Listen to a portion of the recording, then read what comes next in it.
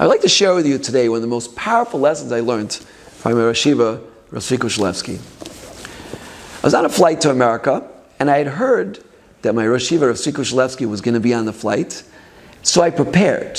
I prepared a sugya, it was Masechah Shabbos, Hilchos Bishul, and I got on the plane, I saw the Rosh Yeshiva, I said, perhaps I could speak to the Rosh Yeshiva. Rosh Yeshiva said, I'd like to talk to you, but I want to learn a little bit. He was on the very last seat of the plane. There were 2 seats. There were normally 3 seats. There was 2 seats on that last section. And he opened up a Gemara Krisis, and for the next 12 hours, I don't kid you not, he was turning the pages. He finished the entire Masechta for 12 hours straight. There was a non-religious fellow sitting next to him who was just looking at the rabbi and trying to figure out how he was turning pages so quickly. In any event, at the end of the flights, I went up to the Rosh Yeshiva. I spoke to him a little bit about Bishul. He was eating dinner, and we were getting ready to land.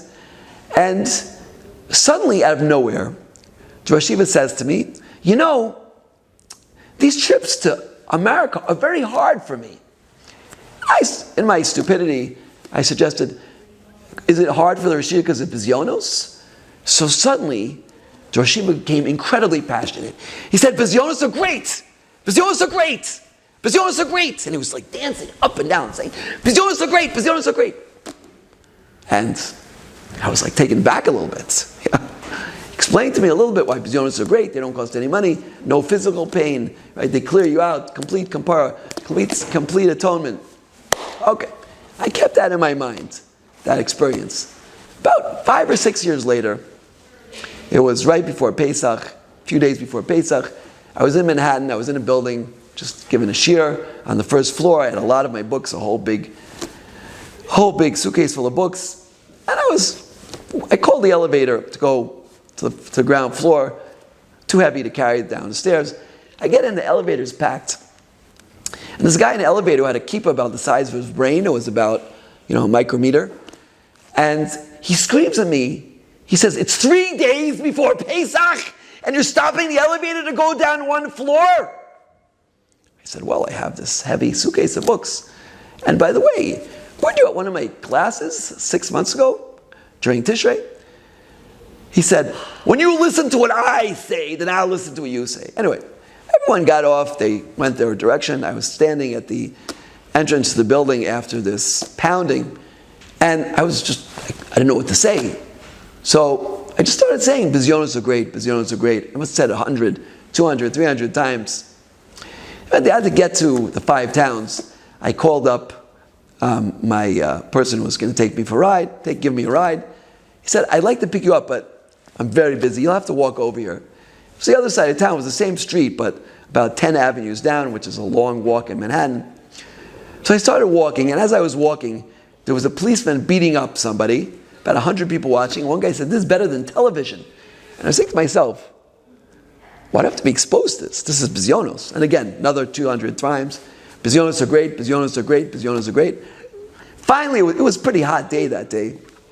I get to the building where my friend who's going to drive me, and I'm pretty much covered in sweat from this journey, carrying these books on a pretty hot day. And he says, oh, I'm so sorry, I forgot to tell you, I'm actually not going to the 5 towns tonight. I'm actually going out to eat with my friend. And I was like, but 15 minutes ago you told me, or no, it was actually 20 minutes ago you told me you were going. Yeah, my friend called me, I changed my mind, I'm so sorry. Anyway, again, 200 times, Bizyonos are great, Bizyonos are great. He said, but you can come out to eat with us. In any event, he was going out to eat right next to my parents. I went home, changed my clothes, took a shower, and set off for the 5 towns. My friends, I want to tell you what happened. The first door I knocked on, very wealthy person, never opened the door. He opened the door, said, this is so strange. I just said 5 minutes ago, the next person who comes to the door, I'm going to give him mice for the entire month. I haven't given mice yet. So he writes out a big check. Next house, knock on the door. Known this guy for a while, he hasn't given me money. He said, how much do you want? How much would you like? I said, $500 would be nice, $1,000 would be even better. He says, whatever you want here, takes a credit card for a year, makes a rakeva, and that's it. My friends, every single house I knocked on, people could not give me money fast enough. And I was trying to figure this out, like what's going on? I made more money that night than the entire trip. And then suddenly I realized 6 years before my experience with Rosh Kushlevsky. And I realized, Bizyonos are great. Bizyonos are great. Now I understood Pshat, what Rosh was saying. Because when a person has Bizyonos and you accept them, then Hashem gives you incredible siyata d'shmaya.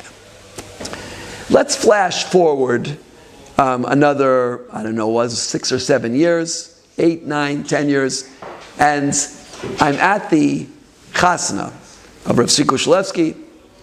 I was the shadchan, I was very involved with making the shidduch happen. They told me I'm going to get a bracha under the chuppah. So I'm waiting there, all these people there at the wedding, and thinking, okay, that's very nice, I'll get a bracha under the chuppah. And here we have you can see how crowded it was there. And I heard my name being called. So I went to the chuppah, I took the cup, I was about to make the bracha, and suddenly out of nowhere, a man in a frock and an up hat comes. He takes the cup out of my hand, and he makes the bracha.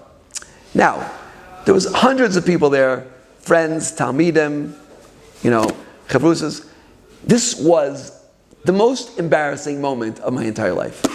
And for the next 3 hours, I just said, Bizyonos are great, Bizyonos are great, Bizyonos. I felt like I had been shechted alive. And it was like, Bizyonos are great, Bizyonos are great. It was my wife and I's wedding anniversary. We're going to Kibbutz Levi Hotel for that Shabbos. And I was just in the car, Bizyonos are great, Bizyonos. My wife was saying, what's wrong? Bizyonos are great, Bizyonos are great, Bizyonos are great. Anyway, we get to the hotel, and one of my students was there. She's a doctor, Dr. Joyce Morell, and she was on the line in front of us, and she says to the guy at the hotel, do you know who this rabbi is? He's one of the biggest rabbis in the world. You must have him speak this Shabbos. And then I realized, okay, Hashem gives you bizyonos, but then he lifts you up a little bit, right? Mikimi mi'afar dal, mi'eshbos yorim evyon, right? My friends, sometimes we have bizyonos in our life, and we have to remember, bizyonos are great. At the time you have bizyonos, don't complain. Don't kick back. Accept them with love, and Hashem will do incredible things for you. I want to tell you one more story, because the hour is late. I was in a taxi going from Sanhedria to Har Nof, and the guy says it costs 100 shekels. I said, that's quite expensive. I usually pay about half that price. He says, well, you're American, and you could afford it, so I need parnasa, so I'm charging 100 shekels. I said, I don't think I could pay you that. He said, so I'm going to drive really, really slowly. So the meter is going to come out to 100 shekels. So what did I do? I'm an obnoxious New Yorker. I called up the company. I pretended I called the company. I said, listen, this guy is telling me that the price from Sanhedria to Har Nof is 100 shekels. If I don't pay him, he's going to drive really slowly. Is that all right? Anyway, the guy got ballistic. He started screaming at me at the top of his lungs. Yeah?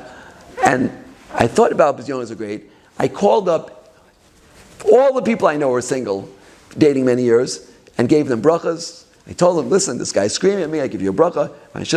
I believe 2 or 3 of these people got engaged within the next few months. And this is the power of bizyonos, right?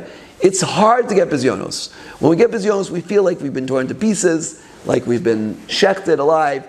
It's a terrible experience. But if you're quiet and you accept it, then you're going to see the biggest bracha in life. If you remember one thing in life, from Rav Tzvi Kushlevsky and Baruch Hashem, he taught me how to learn, he taught me many, many things. But one of the most important things I learned from him is that bizyonos are great.